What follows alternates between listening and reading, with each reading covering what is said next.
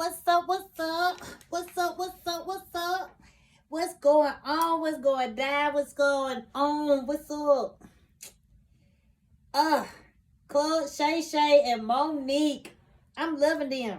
But 5150 Corey Holcomb show, cause he is dropping motherfucking jewels for females to tap the fuck in because he talk about y'all all the fucking day. And Corey Holcomb is my type. He an older nigga, but he's my type. Everybody got a doppelganger. And every dude that I've been in a relationship was my type. Except Javis. And Jason Lewis. And Carrie Garrett. And Aunt Tucker. Okay. Monique was talking about her husband. And I'm so glad she came on there. But I'm glad Cat Williamson told everybody to let the motherfucking cat out the bag. I've been doing the shit for years and I'm finna start tagging and posting motherfuckers. The girl that got me fired from my job is pinned to my Facebook, my Instagram, and the top of my TikTok. And I've been getting kicked out of high schools because I've been getting kicked out and fired from shit because of females like her. Females like her are searching for attention. Attention is the #1 drug out here these days. They put these phones in our faces and they show younger motherfuckers how to get attention. And if you a city girl listener, a Megan Thee Stallion listener, I like this Megan Thee Stallion Tina Snow because she was talking about every relationship that I've been in before I moved here. But after that, you still shaking ass, bitch, going about your business. But systematic racism. YT people, because I was finna call them a saltine, realized they been tapped in. They been over us. We used to be slaves, like I said. But they realized how much music is a outlet to us. It's our therapy. We are so influenced by rappers and just music, period. They're influenced by our music too, but they done tapped into the point that they notice how our music influences us. We used to be slaves. And then they start offing us. And then they start building jails and prisons and locking us up. They're not searching for the people that are molesting us, kidnapping our women and kids, because it's a whole documentary about kids getting kidnapped in Atlanta. But Maxine from Living Single, Erica Alexander, she talks about the black women that get kidnapped all the time. Can I say that on TikTok? But law enforcement is not trying to look for our captors, our people that are taking us away. We're 13% of the U.S. population. And we have more black and brown people that are in prison than out here on these streets. There is 1 out of every 3 black men are going to get locked up. You could be sitting around 3 black men right now, and at least one of them are probably still on paper. One of them probably went to prison. If the other one didn't, then he probably got great parents, then he went to school. But watching Club Shay Shay, I can't wait. Because Corey Holcomb on the 5150 show is calling him out. I know Shay Shay is like Dwight Howard. My husband, they're all doppelgangers, but that's another story for another day. I want to talk about how Monique applauded her black man. I love black men. I have been in a bunch of great relationships. I started my first trash-ass relationship when I was 15. That's when I jumped off the porch, but that's when we get into our puberty, start smelling our asses and shit. My daddy said you could either leave or you could start sneaking out.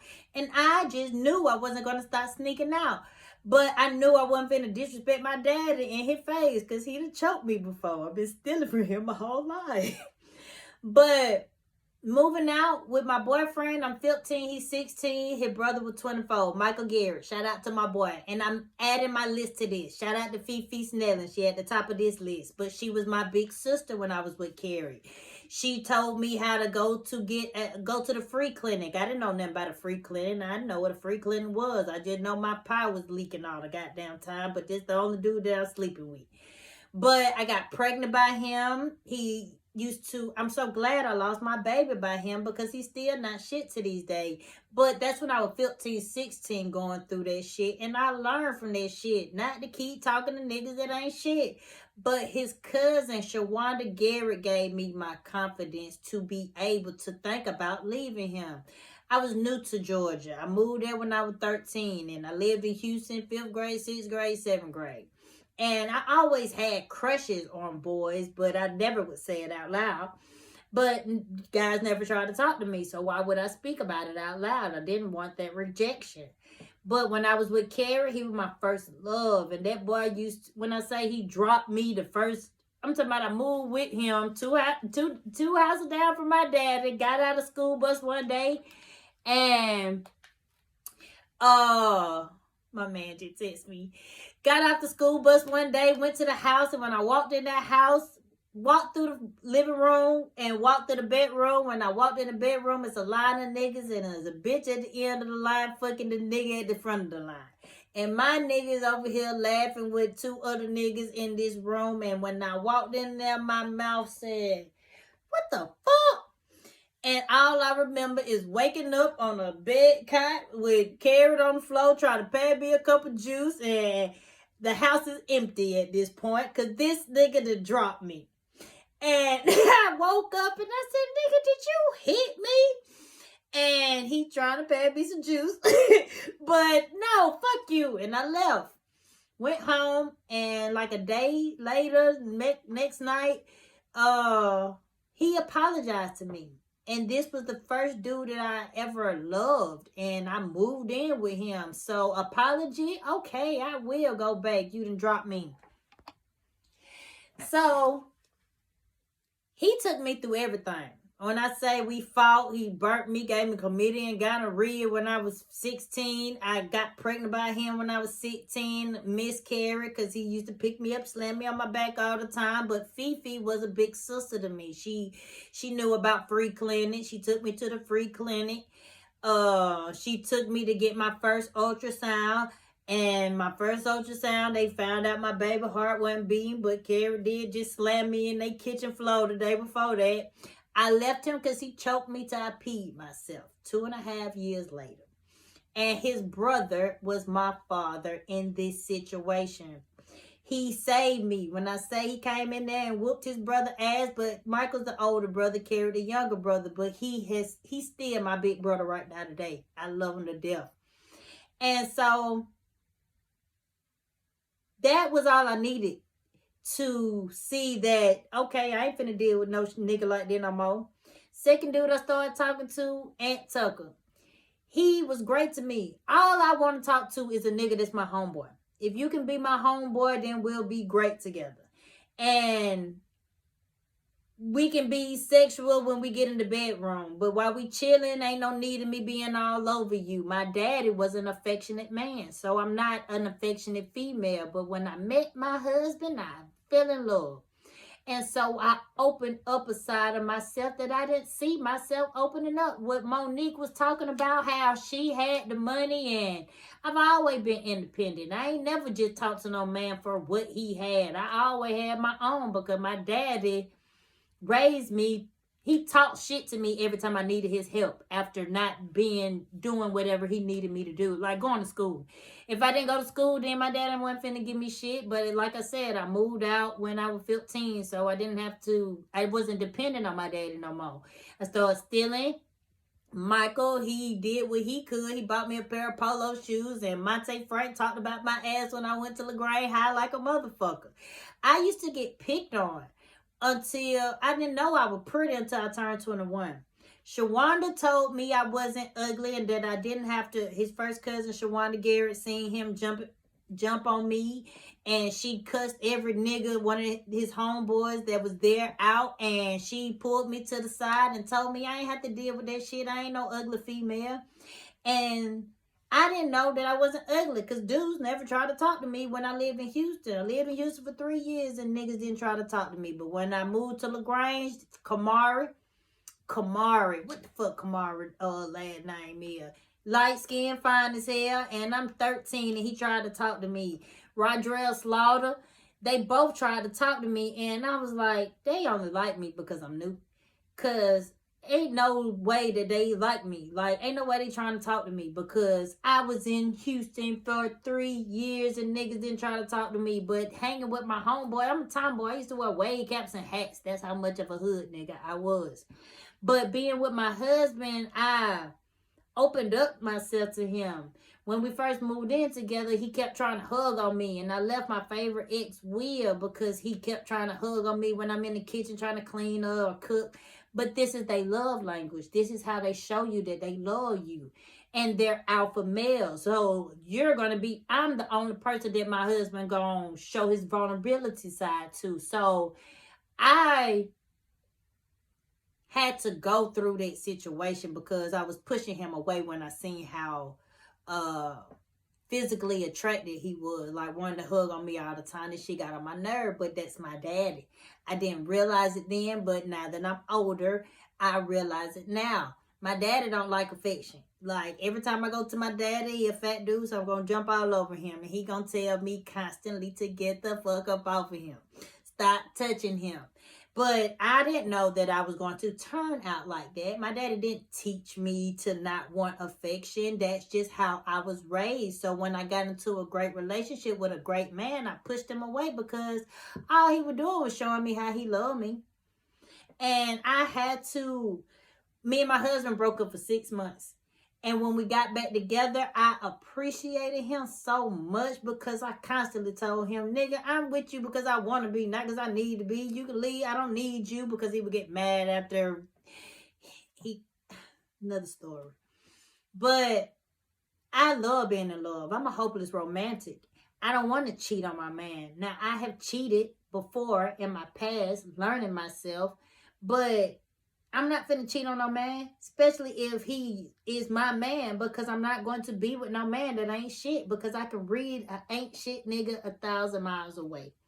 If you gonna just constantly show me that you ain't shit, then I'm just going to act like you ain't shit and probably talk about you real bad to your face, because you're only not shit because you mainly probably fine as hell, and so you get bitches regularly.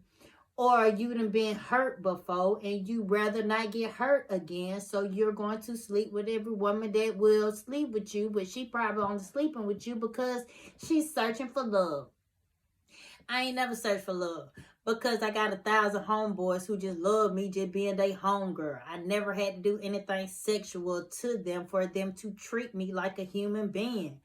And I'm so grateful for it. But it's females' choices of men.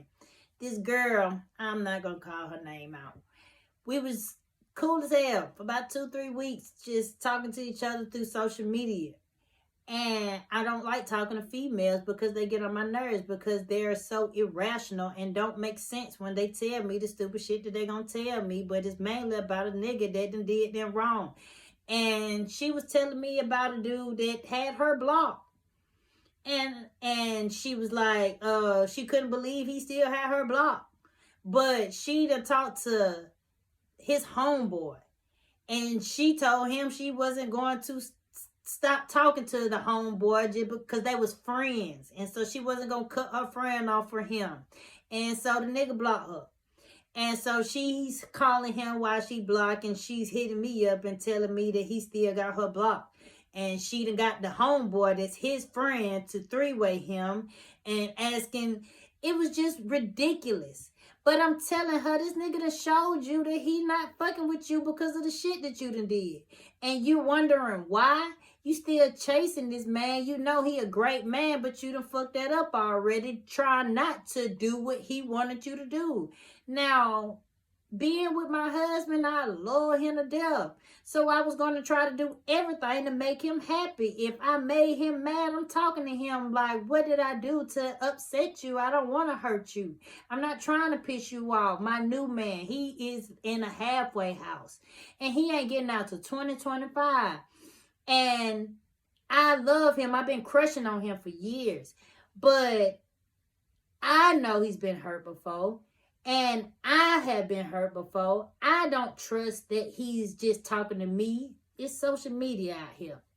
So I don't feel like I'm his only female, but I'm not going to trip about it. I'm not going to constantly tell him about, oh, you talking to this girl, that girl. I wanted him to post me because I didn't want other dudes to talk to me, but he was like, he don't want me to go through what other females will do, like hit me up in my inbox, and I totally respected that shit. I'm not finna trip about it because I know I'm on my journey right now. So I'm not even in a safe position to even want to be in a relationship with no man. And I'm not going to want to be sexually involved with no man because they're not my man. I'm only a female to a man that's my man. Now, if I want to fuck on you and I can tell you ain't shit, then that's because I just like you and eventually we're going to be together. But I got a man, so I'm not finna cheat on him. I want him to respect me. I want him to be able to trust me. So I'm going to tell him everything. I told him I went to a strip club with my new friend and I chilled with a nigga in his car and the dude was talking about how... But I'm going to be open and honest with any man that I'm with because I want him to be open and honest to me. Why not? We need each other, black people. Stop acting like niggas ain't shit. And stop acting like you gonna find a man with all this money. Bitch, you were broke when you got here. And if you ain't fucking this nigga, then go on about your business and look for a nigga that you could just fuck on. Because they're everywhere out here. But we outnumber the men, so we need to come together and be together. But understand each other. But if you keep on being attracted to fuck niggas, then that's all you gonna get. Watch 5150 Corey Holcomb and watch Cuz Shay Shay. She's talking about my life. I am Cat Williams and Monique. They twins and so I'm they triplet. But I'm going to start calling out motherfuckers' names. The girl that got me fired from my job is pinned to the top of my Facebook, Instagram, and my TikTok. But I'm going to attach my list for my first list for the week. And I'm going to do another video tomorrow because I could talk for years. And I'm already at 17 minutes. And it's only supposed to be 10. But yeah, we'll talk later.